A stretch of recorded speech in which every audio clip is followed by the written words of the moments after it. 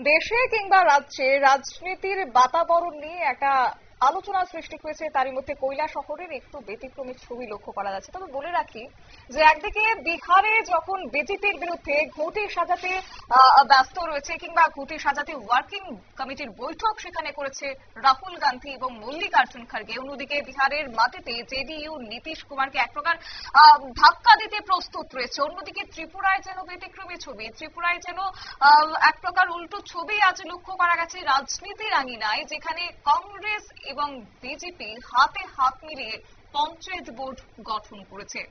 বলে রাখে যে কৈলাসহর ব্যতিক্রমী এই রাজনীতি, কৈলাসহরে প্রকাশ্যে আরো এক গ্রাম পঞ্চায়েত কংগ্রেস এবং বিজেপি মিলে দখল করেছে।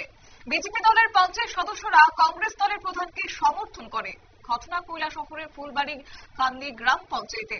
অবশ্য উল্লেখ করতে হয় যে কৈলাসহরের গুরনগর ব্লকের অধীনস্থ 11 আসন বিশিষ্ট ফুলবাড়ি কান্দি গ্রাম পঞ্চায়েত সর্বশেষ পঞ্চায়েত নির্বাচনে ফুলবাড়ি কান্দি গ্রাম পঞ্চায়েতের 11 আসনের মধ্যে কংগ্রেস দল 6টি আসনে, সিপিএম দল 3টি আসনে এবং বিজেপি দল 2টি আসনে জয়লাভ করেছিল। আর পঞ্চায়েত ভোটের সময় কংগ্রেস এবং সিপিআইএম দল জোট করে লড়েছিল। 11 আসনের মধ্যে ম্যাজিক ফিগার ছিল 6টি, অর্থাৎ যে দল 6টি আসনে জয়ী হবে সেই দলই পঞ্চায়েত গঠন করবে। যদিও ভোটে কংগ্রেস দল একাই 6টি আসনে জয়লাভ করলেও জোটের স্বার্থে কংগ্রেস দল পঞ্চায়েত সদস্য রূপসানা বেগম প্রধান এবং সিপিএম দলের পঞ্চায়েত সদস্য মোসাইদ আলী উপপ্রধান হয়ে বিগত 1 বছর ধরে পঞ্চায়েত চলছিল। কিন্তু হঠাৎ করে কংগ্রেস দলের 6 পঞ্চায়েত সদস্যদের মধ্যে ময়না মিয়া নামের এক পঞ্চায়েত সদস্য এবং সিপিআইএম দলের 3 পঞ্চায়েত সদস্য, বিজেপি দলের 2 জন পঞ্চায়েত সদস্য মিলে মোট 6 জন মিলে পঞ্চায়েত সদস্য বিগত 7 জুলাই ফুলবাড়ি কান্দি গ্রাম পঞ্চায়েতের প্রধান রূপসানা বেগমের বিরুদ্ধে অনাস্থা জমা দেয় এবং প্রধানের বিরুদ্ধে অনাস্থার খবর চাওয়ার হতে পরবর্তী সময়ে ফুলবাড়ি কান্দি গ্রাম পঞ্চায়েতের উপপ্রধান মোসাইদ আলীর বিরুদ্ধেও অনাস্থা জমা দেয় পঞ্চায়েত সদস্যরা। জানা গেছে ক্ষেত্রে 2 মাস পঞ্চায়েত প্রধান এবং উপপ্রধান না থাকায় পঞ্চায়েত এলাকায় কোনো ধরনেরই উন্নয়নমূলক কাজ হয়নি বলে একটা অভিযোগ ছিল। যাই হোক, কি রয়েছে বিস্তারিত শুনুন। 7 জুলাই ফুলবাড়ি কান্দি পঞ্চায়েতের 6 জন সদস্য প্রধানের বিপক্ষে অনাস্থা আনেন এবং ওই দিনই বিকালবেলা আবার 5 জন সদস্য উপপ্রধানের বিপক্ষে অনাস্থা আনেন। তো এর নিরিখে আজকে 24 সেপ্টেম্বর আজকে ফলাফল ঘোষণা হয় এবং আজকে অনাস্থা ভোট হয়। অনাস্থা ভোটে প্রধানের পদ বহাল থাকে এবং উপপ্রধানের পদ খারিজ করা হয় এবং প্রধানের পক্ষে 8 জন প্রার্থী সমর্থন করে। এর মধ্যে 6 জন হচ্ছে ইন্ডিয়ান ন্যাশনাল কংগ্রেস আইএনসি এবং 2 জন হচ্ছে বিজেপি পার্টি, ভারতীয় জনতা পার্টি, এবং যে 3 জন সিপিএম এর সদস্য ছিল ওরা আজকে উপস্থিত ছিলেন।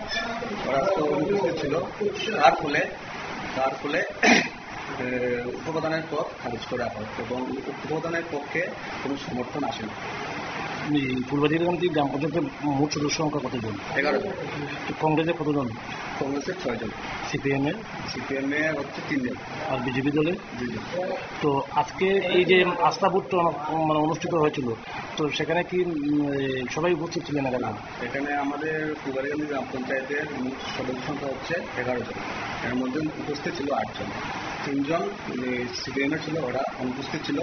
এর মধ্যে 6 জন ছিল আইএনসি, ইন্ডিয়ান ন্যাশনাল কংগ্রেস, এবং 2 জন ছিল বিজেপি। তো প্রধান যিনি রূপসানা বেগম কংগ্রেস দলের, তো ওনার পক্ষে যে 8 জন সমর্থন দিয়েছেন, কংগ্রেসের 6 জন সদস্য সমর্থন দিয়েছেন, পাশাপাশি যে বাকি যে 2 জন সমর্থন দিয়েছেন এরা কোন দলের? এরা বিজেপি, ভারতীয় জনতা পার্টি।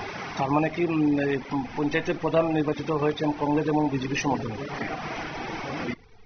অর্থাৎ পঞ্চায়েতের প্রধান নির্বাচিত হয়েছেন কংগ্রেস এবং বিজেপির সমর্থনে। 59 জেলার জেলা শাসকের পূর্ব ঘোষণা অনুযায়ী 24 সেপ্টেম্বর বুধবার ফুলবাড়ি কান্দি গ্রাম পঞ্চায়েতের প্রধানের আস্থা ভোট পঞ্চায়েত অফিসে অনুষ্ঠিত হয় এবং সেই আস্থা ভোটে কংগ্রেস দলের 6 পঞ্চায়েত সদস্য এবং বিজেপি দলের 2 পঞ্চায়েত সদস্য উপস্থিত থাকলেও সিপিএম দলের 3 জন পঞ্চায়েত সদস্যদের মধ্যে 3 জনই ছিলেন অনুপস্থিত। আর 8 জনের উপস্থিতিতে আস্থা ভোট হবার পর কংগ্রেস দলের পঞ্চায়েত সদস্য রূপসানা বেগমকে প্রধান পদে কংগ্রেস দলের 6 জন পঞ্চায়েত সদস্য হাত তুলে সমর্থন করার পাশাপাশি উপস্থিত বিজেপি দলের 2 পঞ্চায়েত সদস্য ও কংগ্রেস দলের পঞ্চায়েত সদস্য রূপনাল বেগমকে প্রধান পদে হাত তুলে সমর্থন করেছে। নিয়ে ছোট্ট একটি বিজ্ঞাপন বিরতি, সঙ্গে থাকুন।